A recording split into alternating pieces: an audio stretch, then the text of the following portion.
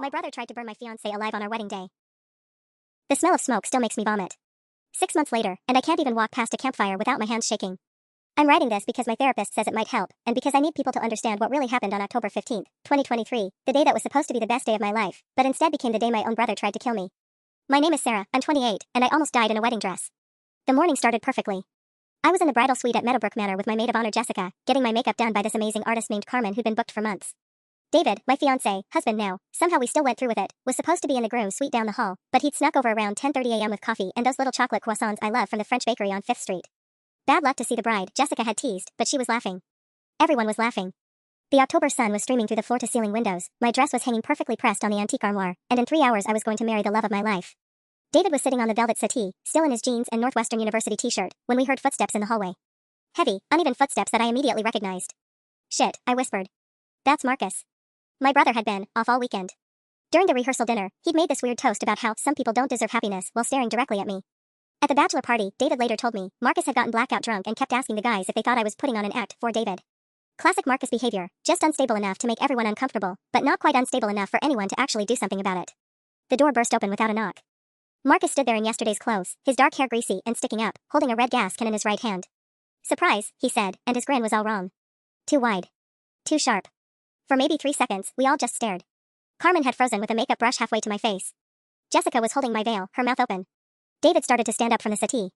Marcus, what the hell, I began. That's when he started pouring gasoline everywhere. Not like in the movies, where someone dramatically splashes liquid around.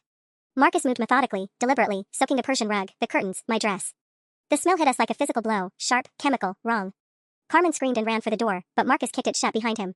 This is a prank, he said, still wearing that horrible smile, pulling a silver Zippo lighter from his pocket. Just a funny prank for my perfect sister on her perfect day. David lunged toward him. Marcus, put it down, man. Put it down right now. You don't deserve her, Marcus said, flicking the lighter open. The tiny flame seemed impossibly bright in the gasoline-soaked room. She thinks she's so much better than the rest of us. So much happier. Someone should teach her that happiness doesn't last. Jessica was sobbing, pressed against the window, trying to get it open. The antique latch was stuck. That's when I realized my brother wasn't having a breakdown. He was going to burn us alive. The lighter flame danced in Marcus's hand, and I watched my brother's face in that orange glow. This wasn't the first time I'd seen that look, cold, calculating, pleased with himself. But it was the first time I'd seen it while he held our lives in his palm. Marcus. I kept my voice steady, the same tone I'd used when we were kids and he'd corner a cat with scissors. Remember what Dr. Kellerman told you about impulse control? His laugh was sharp. Dr. Kellerman thinks I'm making excellent progress. Funny how therapists believe whatever you tell them. David had gone completely still, his hands raised. Okay, man. You want to talk? Let's talk. But let the girls leave first. No one leaves. Marcus's thumb hovered over the lighter's wheel. Sarah gets to choose. She can marry you, or she can save you. But she can't have both. That's when it clicked. The timeline I'd been too stressed to notice before. Marcus's sudden interest in my wedding planning. How he'd volunteered to help with setup at the venue. How he'd insisted on having a key to the bridal suite in case of emergencies. You planned this, I whispered. The gas can. Getting access to the room. This isn't a breakdown, Marcus. You've been planning to hurt us for weeks. His grin widened. Months, actually. Ever since you sent those save the dates with your stupid happy faces on them. Do you know what it's like watching everyone celebrate you while you what? I snapped, and immediately regretted raising my voice. Behind him, I could see Jessica had finally gotten the window latch unstuck. She was trying to signal me, but the window only opened 6 inches, a safety feature that was about to get us killed. While I lose everything, Marcus finished. My job. Rebecca. The apartment. But golden child Sarah gets a fairy tale wedding. Rebecca. His girlfriend of 8 months. I'd liked her at the engagement party, she was a pediatric nurse, had this infectious laugh, seemed to genuinely care about Marcus's mental health struggles. But she'd missed the rehearsal dinner with a sudden family emergency. Rebecca left you, I realized out loud. When? Thursday night. The lighter flame wavered as his hands started shaking. Said she couldn't handle my episodes anymore. Said I scared her. David caught my eye and nodded almost imperceptibly toward the bathroom door, maybe 8 feet behind Marcus. If we could get him to turn around, if we could run. But the gasoline was everywhere. Even if we made it to the bathroom, Marcus could light the whole room before we got the door locked. You scared her because you were scary, Jessica said suddenly, her voice thick with tears but stronger than I expected. This isn't about Sarah's wedding, Marcus. This is about you being a psychopath. Shut up. Marcus spun toward her, and David moved. My fiance tackled my brother from behind, sending them both crashing into the armoire where my dress hung. The lighter flew across the room, still lit, trailing a small arc of flame. Time slowed down. I watched that tiny fire spin through the air, watched it land on the gasoline-soaked curtains with a soft whoosh that seemed impossibly quiet for something so catastrophic. The flames raced up the fabric like they were alive, hungry, eager. Jessica screamed. David and Marcus were wrestling on the floor, David trying to pin him down while Marcus clawed at his face, shrieking about how we all deserve this. And I stood there in my silk robe, watching my wedding day burn, finally understanding that my brother hadn't just snapped. He'd been planning to murder us all along. The fire spread faster than anything I'd ever seen. Within seconds, the curtains were completely engulfed, flames crawling across the ceiling toward the chandelier. The Persian rug ignited next, a river of fire racing toward where David and Marcus were still fighting. Get out. Get out now. David shouted, finally managing to pin Marcus face down. But Marcus was laughing, actually laughing, as the room filled with thick black smoke. Jessica had given up on the window and was beating on the door with a chair, screaming for help. The antique wood wasn't budging, and I realized with growing horror that Marcus had done something to jam it from the inside. The door, I choked out, smoke burning my throat. Marcus, what did you do to the door? Insurance, he gasped from underneath David. Wedged a chair under the handle from the outside before I came in. Had to make sure no one would interrupt us. That's when I knew for certain we were going to die. The flames had reached the armoire where my dress hung. $1,800 of ivory silk and French lace, gone in seconds. But watching it burn, something inside me snapped. Not panic, rage. Pure, crystalline fury. You sick bastard, I snarled, grabbing a crystal water pitcher from the vanity. There wasn't enough water to fight the fire, but there was enough to smash over my brother's head. This is because Rebecca broke up with you? You're going to kill 4 people because your girlfriend finally figured out what you really are. I swung the pitcher down hard. It connected with Marcus's shoulder, and he held, bucking David off him. Blood streamed down his arm, but he was still smiling. You have no idea what I really am, he said, rolling away from David and pulling something from his back pocket. Another lighter. That was just the opening act, Sarah. My blood turned to ice. He brought back up. But as Marcus flicked the second lighter, David grabbed a makeup mirror from the floor and slammed it into his wrist. The lighter went flying, skittering under the burning settee. The bathroom. Jessica screamed. The window in the bathroom is bigger. We ran, stumbling through smoke that was getting thicker by the second. Behind us, Marcus was getting to his feet, but David grabbed the back of his shirt and dragged him with us. I'm not leaving him to die, David panted when he saw my expression. Not even him. The bathroom window was bigger, but we were on the second floor. 20 feet down to a brick courtyard. Jessica was already climbing through when we heard pounding on the main door. Fire department. Anybody in there? Here. I screamed back. We're in the bathroom. The main door is jammed. An axe bit into the doorframe. Then another. But the fire was moving faster, creeping under the bathroom door, filling the small space with smoke. Sarah, you have to jump, Jessica called from outside. She landed hard but was on her feet, her bridesmaid dress torn and dirt-streaked. I looked back at David, who was still restraining Marcus. My brother had gone quiet, just watching the flames with this peaceful expression that made my skin crawl. He's enjoying this, I realized out loud. David, look at him. He's actually enjoying watching us almost die. Marcus turned to me then, and his smile was serene. I told you, Sarah. This was never about the wedding. This was about teaching you that you're not untouchable. That your perfect little life can burn down in minutes. The axe broke through the main door just as the bathroom ceiling started to smoke. That's when I made a decision that would haunt me for months. I was going to make Marcus pay for this. And I was going to destroy him the same way he tried to destroy me, systematically, deliberately, and with a smile on my face. I hit the brick courtyard hard, my silk robe tearing as I rolled away from the building. Above us, black smoke poured from the bridal suite windows while firefighters shouted orders I couldn't process through the ringing in my ears. David landed next to me seconds later, followed by Marcus, who the firefighters had to physically drag through the window. Even as they pulled him to safety, my brother kept looking back at the flames with that same sick satisfaction. Ma'am, we need to get you checked by the paramedics, a firefighter said, but I couldn't stop staring at Marcus. He was sitting calmly on the brick ledge of a flower bed, watching our wedding venue burn, and he looked more peaceful than I'd seen him in years. That's when I noticed Detective Ray Morrison approaching. I recognized him from when Marcus had accidentally crashed his car into our neighbor's fence last Christmas, another one of his episodes that our parents had smoothed over with insurance money and apologies. Sarah, I need to ask you some questions about what happened up there, Detective Morrison said gently. He was older, maybe 55, with graying hair and the kind of tired eyes that suggested he'd seen too much family drama over the years. It wasn't an accident, I said immediately. Detective Morrison, my brother brought gasoline. He planned this. He told us he'd been planning it for months. Marcus's head snapped toward me. That's not what happened. Really? David's voice was raw from smoke inhalation, but the anger came through clearly. Because I'm pretty sure attempted murder has a specific definition, Marcus. I never intended for anyone to get hurt, Marcus said, and his voice had shifted into what I privately called his therapy tone, calm, reasonable, slightly wounded. I brought the gasoline to make a point about fire safety at wedding venues. When I spilled it accidentally and Sarah started screaming at me, I got overwhelmed. Dr. Kellerman says overwhelming situations can trigger my anxiety disorder. I stared at him. The lie was so smooth, so practiced, that for half a second I almost doubted my own memory. Fire safety, I repeated slowly. Marcus, you literally said you were going to teach me that happiness doesn't last. That's not what I said. His brown eyes, the same color as mine, were wide with hurt confusion. Sarah, you're traumatized. Sometimes trauma makes people remember things differently than they actually happened. Detective Morrison was writing in his notebook. I could see him glancing between Marcus, who looked like a concerned younger brother worried about his sister's mental state, and me, who probably looked like a crazy woman in a torn silk robe making wild accusations. What about the door? David demanded. You wedged it shut from the outside. The fire department had to break it down with axes. The door was stuck, Marcus said calmly. Those old buildings have settling issues. I tried to help unstick it from the outside, but the wood was warped. With a chair, I said. You wedged a chair under the handle. I don't remember doing that. I was having a panic attack. Marcus turned to Detective Morrison with a helpless expression. Officer, I've been in therapy for 2 years working on my impulse control issues. Dr. Kellerman can confirm that I've never shown any violent tendencies. That was a flat lie. 3 months ago, Marcus had punched a hole in our parents' kitchen wall during an argument about him getting a job. but they'd had it repaired immediately and told everyone he tripped and fallen into it. Detective, I said, trying to keep my voice level. Please test his clothes for gasoline residue. Check his car for gas cans. This wasn't an accident. Sarah, Marcus said, and his voice broke slightly. I know you're angry with me about Rebecca, about how I've been struggling lately. But I would never hurt you. You're my sister. I love you. To anyone watching, he looked like a young man in crisis, devastated that his mental health episode had nearly hurt his beloved sister on her wedding day. But I saw something else in his expression when Detective Morrison wasn't looking directly at him. A flicker of smugness. Pride, almost.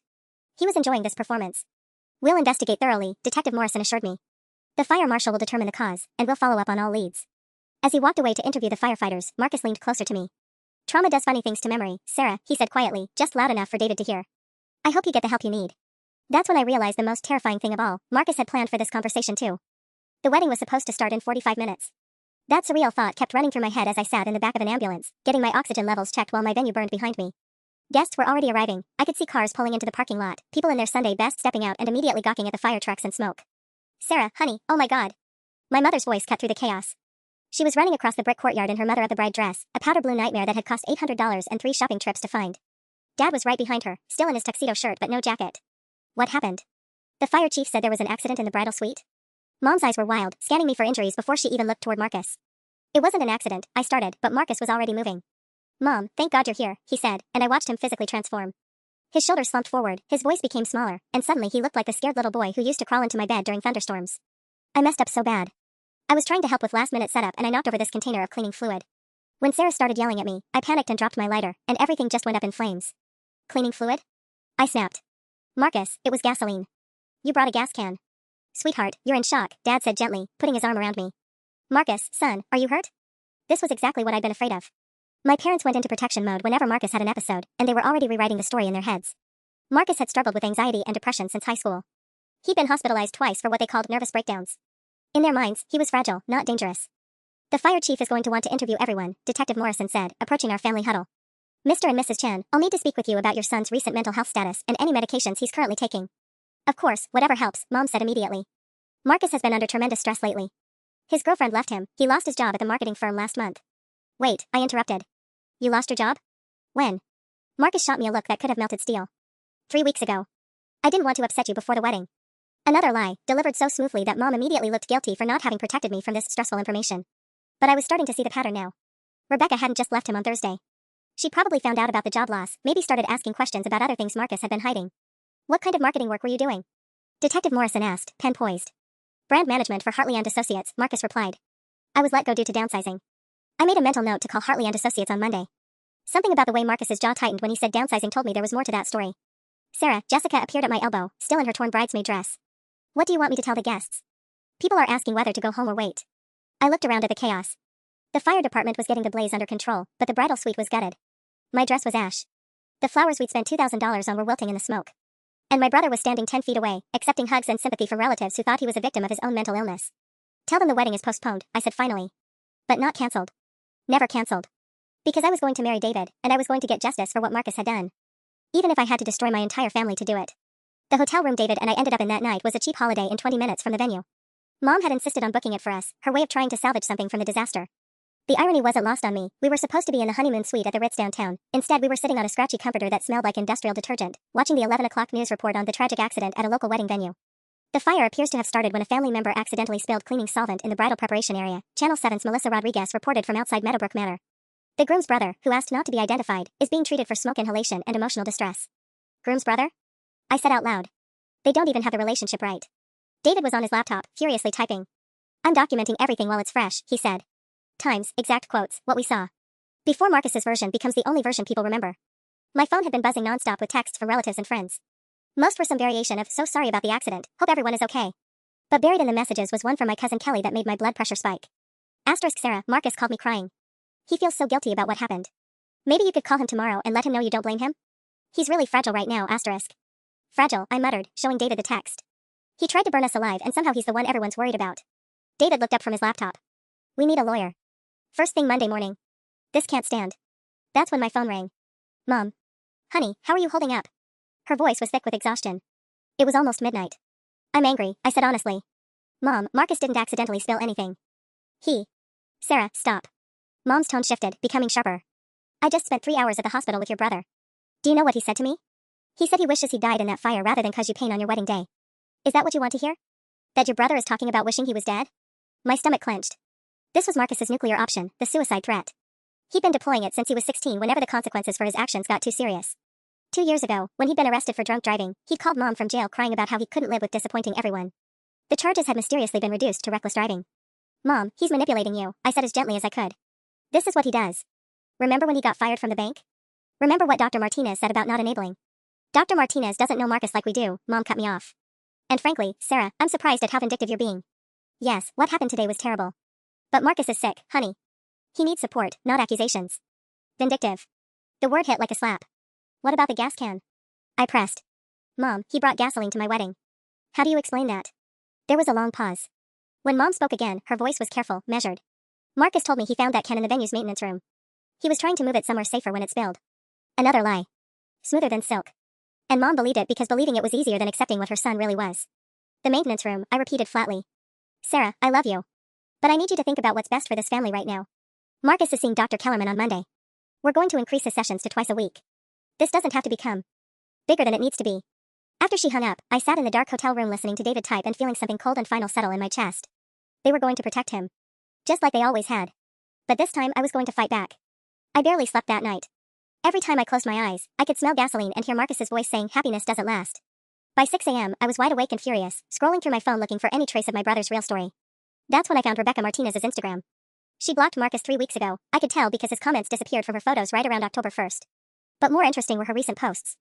On October 10th, 5 days before my wedding, she'd shared a photo of her apartment door with a new deadbolt lock. The caption read, "Sometimes you have to protect your peace.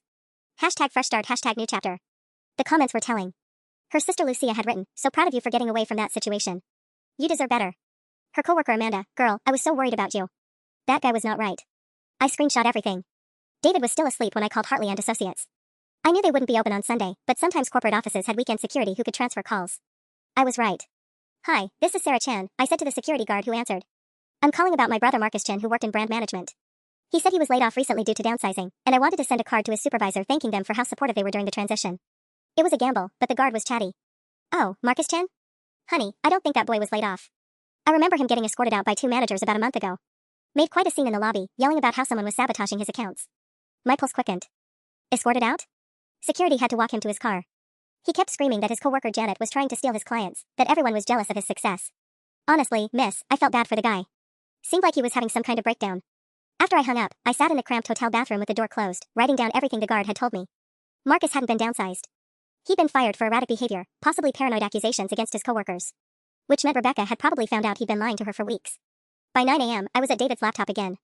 Marcus's LinkedIn profile still listed him as employed at Hartley and Associates. His Facebook posts from the past month were all about exciting new projects and grateful for amazing teammates. He'd been maintaining an elaborate fiction about his employment status, probably to keep Rebecca from asking uncomfortable questions. But the most interesting discovery was a Venmo transaction I found when I checked our shared family account, something Dad had set up years ago for splitting holiday gifts and restaurant bills. On October 8th, Marcus had paid someone named BigDog_Supply $127 for party supplies. I googled BigDog_Supply. It was a landscaping company that sold bulk gardening materials, mulch, and fuel for equipment, including gasoline, sold by the gallon to contractors. "David," I whispered, shaking him awake. "Look at this." His eyes sharpened as he read the Venmo record. "He bought the gas 3 days before your wedding. And he got fired for having paranoid episodes at work. And Rebecca left him when she found out he'd been lying about his job." The pieces were clicking together in my mind. This wasn't about jealousy, David. This was about control. Marcus's whole life was falling apart, and he needed someone to blame. David was already reaching for his phone. "We're calling Detective Morrison right now." But when we got through to the police station, the desk sergeant told us Morrison wouldn't be in until Monday, and that non-emergency follow-ups would be handled in order of severity. Non-emergency. Like attempted murder was just a family squabble that could wait. That's when I made my second decision of the weekend. If the system was going to protect Marcus, I was going to do their job for them. Starting with his new therapist, Dr. Kellerman, who thought Marcus was making excellent progress. It was time Dr. Kellerman learned what kind of progress Marcus was really making. Monday morning, I called Dr. Kellerman's office at exactly 9 a.m. The receptionist, a woman named Linda with a syrupy sweet voice, informed me that patient confidentiality prevented them from discussing Marcus's treatment with family members. Even if that family member almost died because of his actions? I asked. "I'm sorry, but HIPAA regulations are very strict. Dr. Kellerman can only speak with patients who sign a release form." I hung up and immediately called back, disguising my voice slightly. "Hi, this is Rebecca Martinez. I'm Marcus Chen's girlfriend, and I'm wondering if I could schedule a couples counseling session? He's been raving about Dr. Kellerman's approach." "Oh, how wonderful. Dr. Kellerman loves working with couples. Let me check his availability. How does Thursday at 2 p.m. sound?" "Perfect," I said, writing down the appointment details. Should I mention this to Marcus, or would it be better as a surprise? Surprises can be tricky in therapeutic settings, Linda said thoughtfully. But Dr. Kellerman is excellent at handling unexpected dynamics. I'm sure it will work out beautifully. After I hung up, David stared at me with a mixture of admiration and concern. Sarah, what exactly are you planning? I'm going to tell Dr. Kellerman the truth about Marcus. All of it. The job firing, Rebecca leaving him, and what really happened at the wedding. I pulled up Rebecca's Instagram on my phone. But first, I need to talk to Rebecca herself.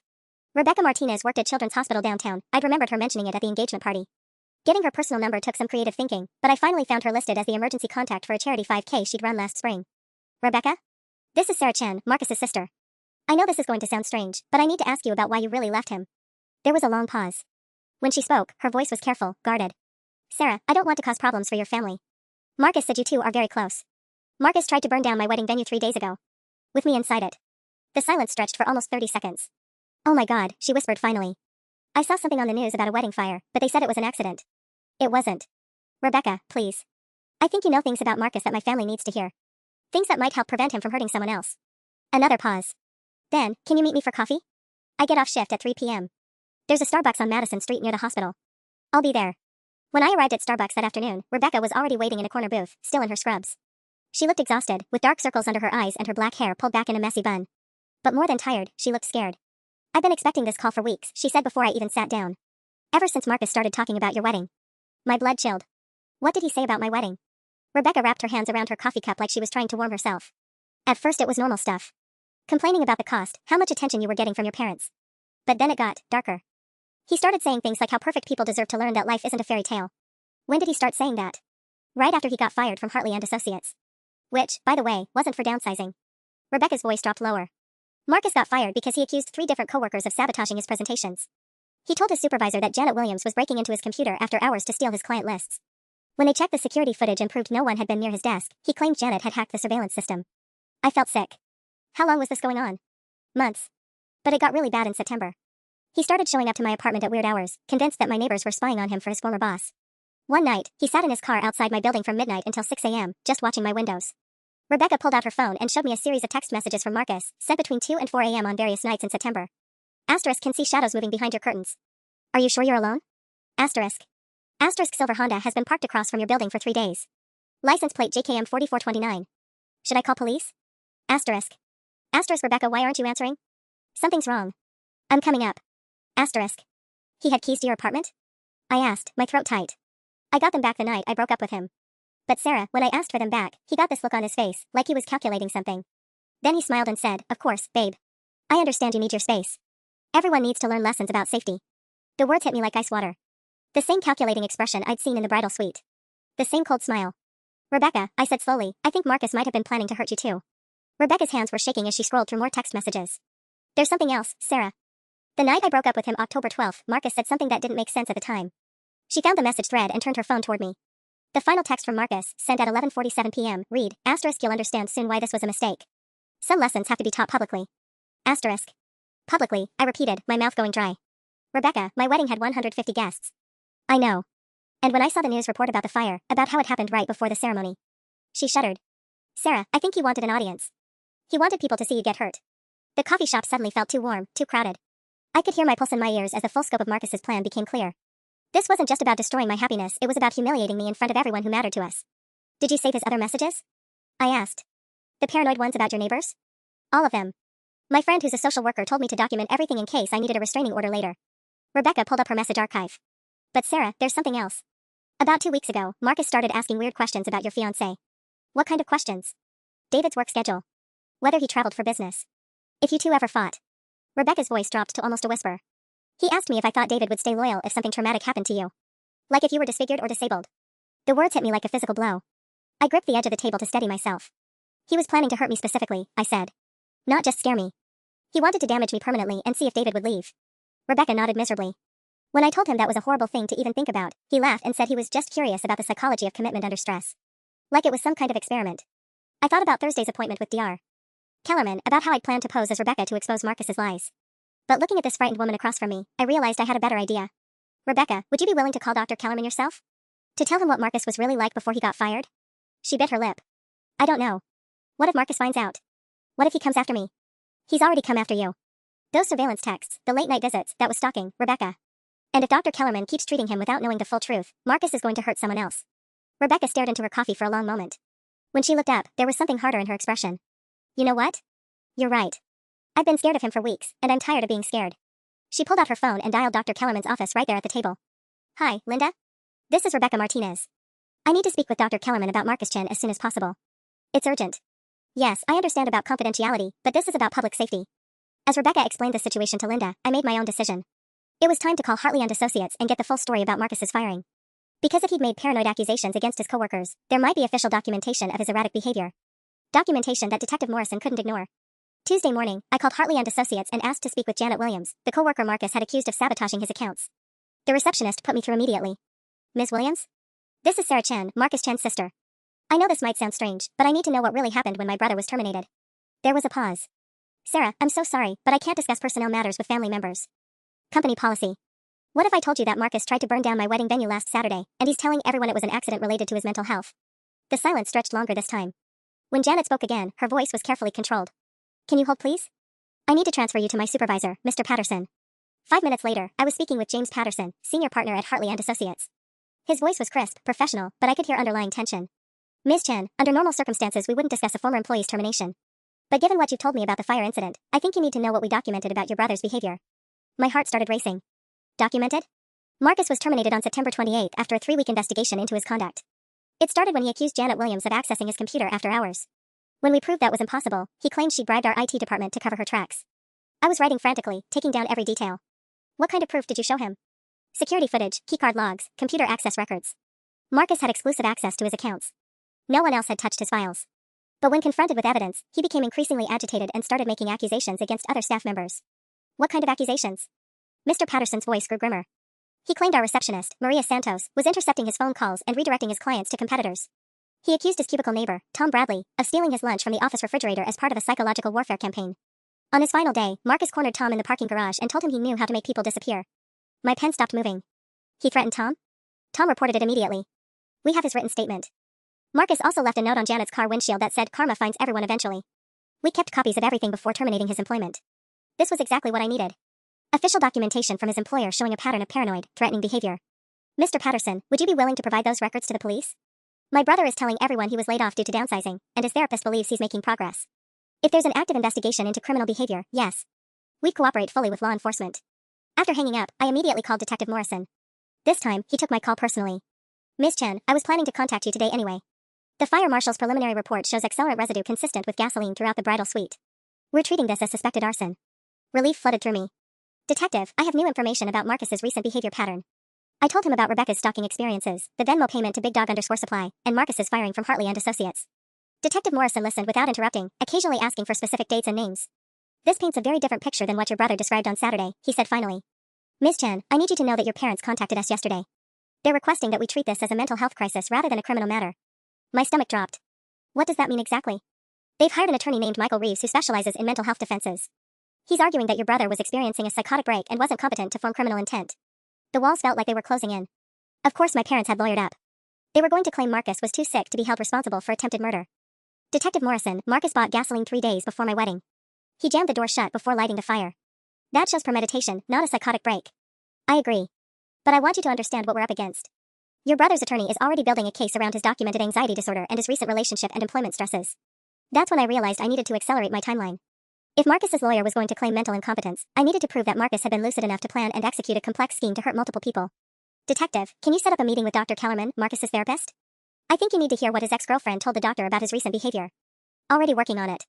But Ms. Chen, I have to ask, how did you get in contact with Marcus's ex-girlfriend and former employer so quickly? I hesitated. The truth was, I'd been conducting my own investigation because I didn't trust the system to take Marcus's actions seriously. But admitting that might undermine the detective's case. Rebecca reached out to me after seeing the news coverage, I said carefully. She was concerned about the narrative that this was just an accident. It wasn't technically a lie. Rebecca had been concerned about that. And Hartley and Associates? I called them to verify Marcus's claim about being laid off. I thought it might be relevant to understanding his state of mind. Detective Morrison was quiet for a moment. Ms. Chen, I appreciate your thoroughness. But I need you to let us handle the investigation from here. If defense attorneys can claim you've been coaching witnesses or manipulating evidence, it could compromise our case. After hanging up, I sat in our temporary apartment feeling frustrated and helpless. The legal system was treating Marcus like a victim of his own mental illness, while I had evidence that he was actually a calculating predator who used his diagnosis to escape consequences. But Detective Morrison was right about one thing: I needed to be careful not to compromise the case. Which meant it was time to focus on something the lawyers couldn't touch: Marcus's social media presence and his carefully constructed public image. If Marcus wanted to play the role of a sympathetic victim, I was going to show the world who he really was. The breakthrough came from an unexpected source: Marcus's own Instagram account. I'd been avoiding his social media since Saturday, not wanting to see whatever victim narrative he was spinning. But Tuesday night, lying awake in our temporary apartment, I finally opened his profile. What I found made my blood run cold. Marcus had been posting throughout the weekend. Not about the fire, about me. Saturday evening, 3 hours after we'd nearly died. Family is everything. Sometimes the people we love most need us to make hard choices to protect them. #brotherhood, #loyalty. Sunday morning, grateful for second chances and the opportunity to show my sister how much she means to me. Love conquers all. Red heart, #family, #wedding, #blessed. Monday afternoon, amazing how trauma can bring families closer together. My sister and I had a long heart-to-heart about forgiveness and moving forward. #healing, #family first. Each post had dozens of likes and supportive comments from relatives and family friends. Aunt Carol, so proud of how you're handling this difficult situation. My cousin Jake, you're a good brother, Marcus. Accidents happen. But the worst part wasn't the posts themselves, it was the timestamps. Marcus had been crafting this narrative in real time, building sympathy and establishing his version of events while David and I were still coughing up smoke. David, I whispered, shaking him awake. Look at this. He read over my shoulder, his jaw tightening with each post. He's rewriting history. Making it sound like you two had some kind of reconciliation conversation. We hadn't spoken since Saturday. Not once.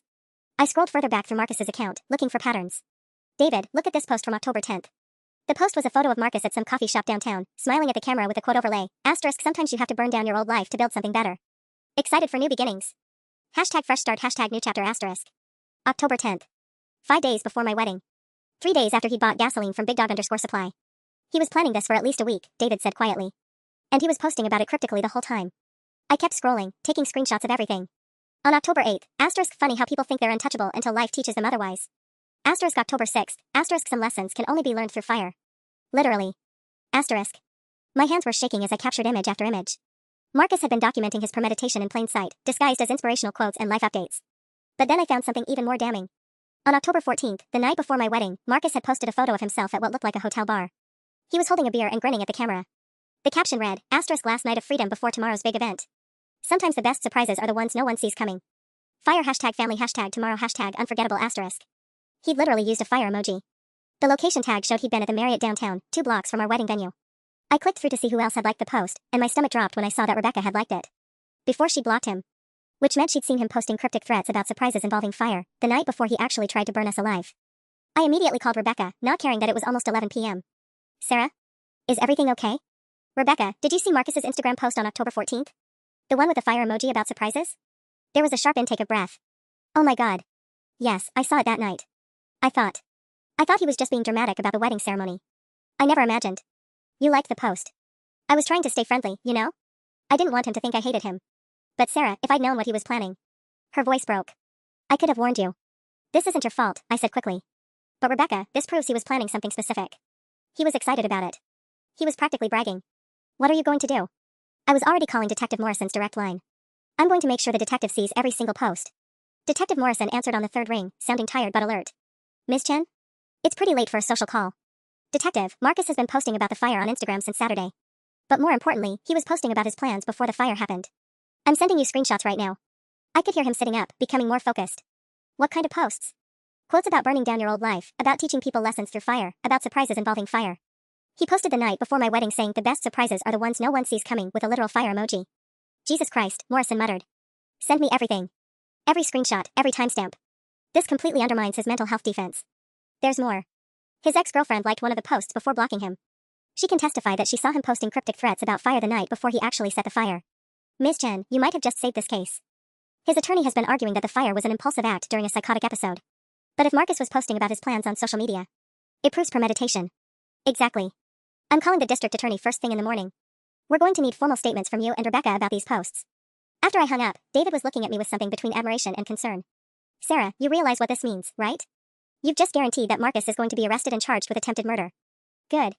Your parents are going to be devastated. Your whole family is going to blame you for destroying Marcus's life. I thought about that for a moment, weighing the cost. Then I looked at David's face, remembering how he'd looked lying on that gasoline-soaked floor while my brother held a lighter above us. Marcus destroyed his own life the moment he decided to buy gasoline and burn down my wedding, I said. I'm just making sure everyone knows the truth about what he really is. Wednesday morning, Detective Morrison called with news that made my stomach drop. Marcus has been released on bail, he said without preamble. $50,000, posted by your parents 2 hours ago. I gripped the phone tighter. Released? But what about the Instagram posts? The premeditation evidence? The DA is still building the case. But Marcus's attorney argued that he wasn't a flight risk due to his family support system and ongoing mental health treatment. Judge Hernandez set conditions. Marcus has to surrender his passport, check in with a probation officer twice weekly, and attend mandatory therapy sessions. What about a restraining order? You'd have to file for that separately through family court. But Sarah, there's something else. Your brother's attorney, Michael Reeves, contacted our office this morning with an interesting proposal. My blood chilled. What kind of proposal? Reeves wants to arrange a family mediation session. He's claiming that Marcus is willing to admit to poor judgment and reckless endangerment in exchange for dropped charges. Says the family wants to handle this privately through therapy and restitution. Absolutely not. The words came out sharper than I intended. Detective, Marcus tried to murder us. This isn't a family dispute that can be solved with an apology and therapy. I agree completely. But I need you to understand the pressure we're facing. Your parents have been calling the station every few hours. Your father came in yesterday with character references from Marcus's high school teachers, his college advisor, and 3 family friends. They're all describing him as a gentle soul who struggled with mental health but would never intentionally hurt anyone. I laughed bitterly. Did any of those character references mention the time Marcus accidentally backed his car into our neighbor's fence? Or when he playfully locked our cat in the garage for 6 hours during a heat wave? What cat incident? I realized I'd never told Detective Morrison about Marcus's pattern of cruelty toward animals. When I was 16 and Marcus was 14, our cat Whiskers went missing for a whole day. We found him locked in our garage in 90-degree weather, nearly dead from dehydration. Marcus said he'd seen the cat go in there but forgot to mention it. You think he locked the cat in there deliberately? I know he did. The garage door has a manual lock that requires a key. Someone had to turn that lock from the outside. The memory still made me sick. But when I told my parents Marcus had done it on purpose, they said I was being paranoid and that Marcus would never hurt an animal. Detective Morrison was quiet for a moment. Sarah, do you have any other examples of this kind of behavior? Things that seemed like accidents but weren't? I'd been avoiding thinking about Marcus's childhood patterns, but now they came flooding back with horrible clarity. When I was 12, I broke my arm falling down our basement stairs. I told everyone I'd slipped, but the truth was Marcus had spilled cooking oil on the top step right before I came downstairs with a laundry basket. He spilled oil on the stairs? He said he'd been bringing a snack to his room and dropped the container. But Detective, Marcus hated doing laundry. He knew I always brought the clothes downstairs on Sunday mornings at exactly 10 a.m. And the oil was spread in a perfect line across the top step, not splashed like it had been dropped. Did you tell your parents about your suspicions? I tried. But Marcus cried and said I was accusing him of trying to hurt me because I was jealous of the attention he got for his learning disabilities. They believed him. I paused, remembering the look on Marcus's face when I'd been writhing on the basement floor with a compound fracture. Not shock or horror, satisfaction.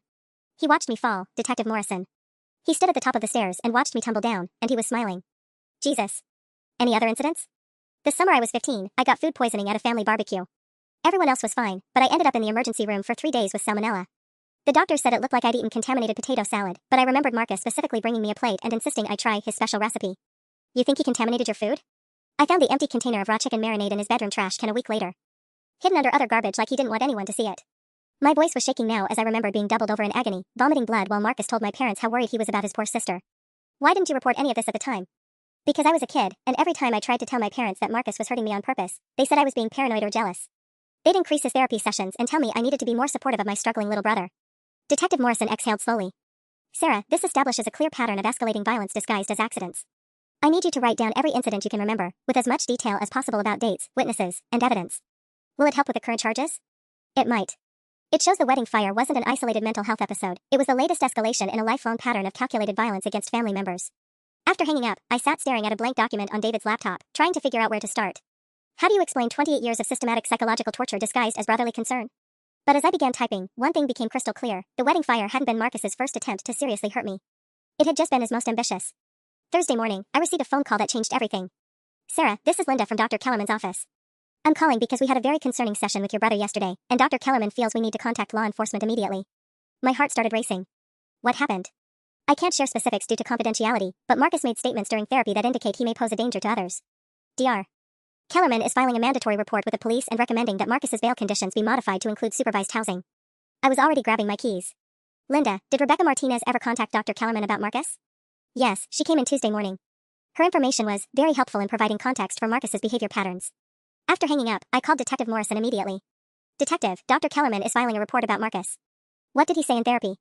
I just got off the phone with Dr. Kellerman. Your brother spent 45 minutes describing detailed fantasies about teaching lessons to people who've betrayed him. When asked specifically about the wedding fire, Marcus said it was just the beginning of helping you understand that actions have consequences. My blood turned to ice. Just the beginning? Dr. Kellerman asked Marcus what he meant by that, and your brother smiled and said that fire was surprisingly effective at getting people's attention, and that he'd learned valuable lessons about timing and execution that he could apply to future situations. I sank into the nearest chair. He's planning to hurt someone else. It gets worse. Marcus specifically mentioned being angry at Rebecca for betraying his trust by speaking to Dr. Kellerman. He said Rebecca deserves to understand what real fear feels like and that he knows her work schedule at the hospital. Oh God. Detective, Rebecca works night shifts. She walks to her car alone at 3 a.m. We're already coordinating with hospital security. But Sarah, there's something else. Marcus also made comments about David's law firm, specifically mentioning that he'd looked up the building's fire safety protocols and found them inadequate for a high-rise structure. My hands were shaking so hard I could barely hold the phone. He's researching David's workplace. He's planning to set another fire. Dr. Kellerman's report includes a formal recommendation for immediate psychiatric hold, but Marcus's attorney is fighting it. Michael Reeves is claiming the therapy statements are privileged communication being taken out of context. How is threatening arson taken out of context? Reeves argues that Marcus was expressing hypothetical fears and anxieties rather than actual plans. He's demanding a second psychological evaluation from an independent psychiatrist. That's when I made a decision that would either save lives or destroy what was left of my family. Detective Morrison, I want to wear a wire. What? If Marcus's attorney claims he's not really dangerous, let me get him to admit his real plans on tape. He trusts me. He thinks I'm traumatized and vulnerable. If I approach him asking for reconciliation, he might tell me what he's actually planning to do to Rebecca and David. There was a long pause. Sarah, that's extremely dangerous. If Marcus suspects you're recording him, he won't suspect anything. I'll tell him Mom and Dad want us to work things out as a family. That I'm ready to forgive him and move forward. I was already planning the conversation in my head. Marcus loves feeling superior to me. If I act like the scared little sister who needs her brother's protection, he'll brag about how clever he's been. I need to run this by the DA's office. This kind of operation requires approval and backup protocols. Detective, while you're getting approvals, Marcus is out there planning to burn down David's office building or follow Rebecca home from work. How many people have to die before we stop treating him like a victim? Another pause. Give me 2 hours. If we do this, you'll have full surveillance backup and a panic button. But Sarah, if this goes wrong, at least we'll have tried to stop him before he kills someone. After hanging up, I called my mother. Mom, I've been thinking about what you said about family healing. Maybe it's time Marcus and I had that conversation. The surveillance van was parked 3 blocks from Riverside Park, close enough for Detective Morrison's team to respond within 90 seconds but far enough away that Marcus wouldn't spot them. I sat in the passenger seat, watching the technician test my wire for the 3rd time while my stomach churned with nervous energy. Remember, Detective Morrison said, adjusting his headset, your only job is to get him talking about future plans. Don't push too hard, don't ask leading questions. If he starts getting suspicious or aggressive, use the panic phrase we discussed. I need to check on David, I repeated. The phrase would signal the team to move in immediately. My phone buzzed with a text from Marcus, asterisk by the duck pond like we used to when we were kids. Thanks for reaching out, Sarah. I knew you'd understand eventually. Asterisk. The smugness in that message made my skin crawl, but it also confirmed what I'd suspected. Marcus believed he'd successfully manipulated me into reconciliation. In his mind, nearly burning me alive had been an effective way to regain control over our relationship. I walked through the park entrance at exactly 2 p.m., spotting Marcus immediately on the same bench where we'd fed ducks during childhood summers. He looked surprisingly normal, clean-shaven, wearing a navy sweater I'd given him for Christmas last year, holding 2 coffee cups from the Starbucks near his apartment. Pumpkin spice latte, he said with a warm smile, offering me one of the cups. Your favorite, right? I remember you posting about it being fall in a cup or something equally dramatic. I accepted the coffee, noting how Marcus's hands were completely steady while mine were trembling. Thanks. I wasn't sure you'd want to see me after everything that happened. Sarah, you're my sister. Nothing changes that. Marcus's voice carried the same gentle tone he'd used in therapy, but his eyes were sharp, calculating. I'm just glad you finally realized that what happened at the wedding was an accident. Mom said you've been struggling with some paranoid thoughts about my intentions. The word paranoid hit like a slap, but I forced myself to look vulnerable instead of angry. I guess I was just scared. The fire, the smoke, it all happened so fast. Maybe I misunderstood what you were saying in that room. Marcus leaned forward slightly, and I caught a flicker of satisfaction in his expression. Trauma can really mess with memory. Dr. Kellerman explained that to me. Sometimes our brains create false narratives to help us process frightening experiences. Is that what happened? I created a false narrative? Think about it logically, Sarah. Why would I want to hurt you? You're the most important person in my life. Marcus reached over and squeezed my hand, his touch sending ice through my veins. Everything I do is to protect our family. Sometimes protection requires difficult choices. I felt the wire taped to my chest and prayed it was picking up every word. What kind of difficult choices? Well, take Rebecca for example. Marcus's voice remained conversational, but something cold entered his eyes. She's been spreading lies about me to anyone who'll listen. Telling people I was stalking her, that I'm dangerous. That kind of gossip could really damage my reputation when I'm trying to find new employment. What are you going to do about Rebecca? Marcus took a sip of his coffee, considering. Rebecca works late shifts at Children's Hospital. She parks in the underground garage and walks to her car alone around 3 a.m. That seems dangerous for a young woman, don't you think? Anything could happen in a dark parking garage. My blood chilled at his casual tone. Marcus, you're not planning to hurt Rebecca, are you? Hurt her? Sarah, I would never hurt anyone. His smile was gentle, paternal. But people need to learn that actions have consequences. Rebecca chose to betray my trust, to make me look unstable. Maybe she needs to understand what real instability feels like. I forced myself to nod as if his reasoning made sense. And what about David? You mentioned him when we talked to Detective Morrison. Marcus's expression darkened slightly. David's law firm handled the divorce for Janet Williams' sister last year. Did you know that? Small world, right? Janet, the woman who got me fired with her lies about computer hacking. I hadn't known about that connection, but I kept my voice neutral. That does seem like a coincidence. I don't believe in coincidences, Sarah. I think David's been working against our family longer than we realized. His firm specializes in employment law. What if David encouraged Janet to file false complaints about me? Marcus was creating an elaborate conspiracy theory, connecting random dots to justify targeting David. But his voice remained calm, reasonable, the tone of someone explaining a simple logical conclusion. What are you thinking of doing about David? Well, his office is on the 37th floor of the Morrison building downtown. Interesting fire safety situation in those older high-rises. Single stairwell design, inadequate sprinkler coverage in the elevator shafts. Marcus spoke like he was discussing weekend plans. I've been researching building codes lately. Did you know that most office fires start in utility closets where cleaning supplies are stored? I gripped my coffee cup tighter, trying not to let my horror show. You've been researching David's building? Knowledge is power, Sarah. The more you understand about someone's vulnerabilities, the better you can protect them. Marcus's smile was warm, brotherly. Or teach them important lessons about respecting family bonds. When are you planning to? I started, but Marcus held up a hand. Planning is such a strong word. I prefer to think of it as being prepared for opportunities. He checked his watch, a silver Timex our parents had given him for graduation. Speaking of opportunities, I should probably head home soon. Rebecca's shift ends at 3 a.m. tonight, and I want to make sure she gets to her car safely. The panic phrase came out of my mouth before I could stop it. I need to check on David. Marcus's head tilted slightly, confusion flickering across his face. What about David? Within 30 seconds, I could hear footsteps on the gravel path behind us. Marcus turned just as Detective Morrison and 2 uniformed officers emerged from the trees. Marcus Chen, you're under arrest for criminal threats and violation of your bail conditions, Detective Morrison announced, his weapon drawn but pointed down. The transformation on Marcus's face was immediate and terrifying. The gentle, concerned brother disappeared completely, replaced by something cold and furious. You recorded me, he said, his voice flat with rage. You manipulative little bitch. You actually recorded me. Everything you just said about Rebecca and David. I stood up, pulling the wire from under my shirt. Every threat, every plan. It's all on tape. Marcus lunged toward me, but Officer Rodriguez was faster, tackling him to the ground before his hands could reach my throat. Get off me. Marcus screamed, thrashing against the handcuffs. Sarah, you have no idea what you've done. No idea. As they dragged him toward the patrol car, Marcus kept twisting back to stare at me. This isn't over. You think you've won something, but you just made everything worse. For everyone. Detective Morrison watched the car disappear before turning back to me. That recording just saved multiple lives, Sarah. We have him on tape admitting to plans for arson and assault. My hands were shaking so violently I could barely dial David's number. He answered on the first ring. Sarah? How did it go? Marcus was planning to burn down your office building, I said, the words tumbling out. He researched the fire exits, the sprinkler system, everything. And he was going to attack Rebecca tonight in the hospital parking garage. Jesus Christ. Are you okay? I'm okay. We got him, David. We actually got him. Within 6 hours, Marcus was back in custody with no possibility of bail. The DA's office charged him with attempted murder for the wedding fire, plus additional charges of criminal threats, stalking, and conspiracy to commit arson. Michael Reeves, his attorney, immediately tried to claim the recorded conversation was entrapment, but the judge ruled that Marcus's detailed knowledge of both David's building and Rebecca's schedule proved premeditation. Dr. Kellerman's psychiatric evaluation, combined with the recorded threats, resulted in a court order for indefinite psychiatric hold pending trial. 2 weeks later, I received a call from Rebecca. Sarah, I wanted you to know Marcus pled guilty to all charges. His attorney worked out a deal for 25 years in a secure psychiatric facility. 25 years. Marcus would be 52 when he got out. If he ever got out. How are you handling it? Rebecca asked. I looked around the new apartment David and I had rented, far from any place Marcus knew about. The walls were painted sunshine yellow, and every room had multiple exits. We'd gotten married the following month in a simple courthouse ceremony with just 2 witnesses, no venue, no reception, no family drama. I'm handling it by living my life, I said finally. For the first time in 28 years, I'm living my life without looking over my shoulder. My parents haven't spoken to me since the sentencing. They believe I destroyed their son's life out of vindictiveness. Most of our extended family agrees with them. But every morning, I wake up next to my husband in our bright, safe apartment, and I know I made the right choice.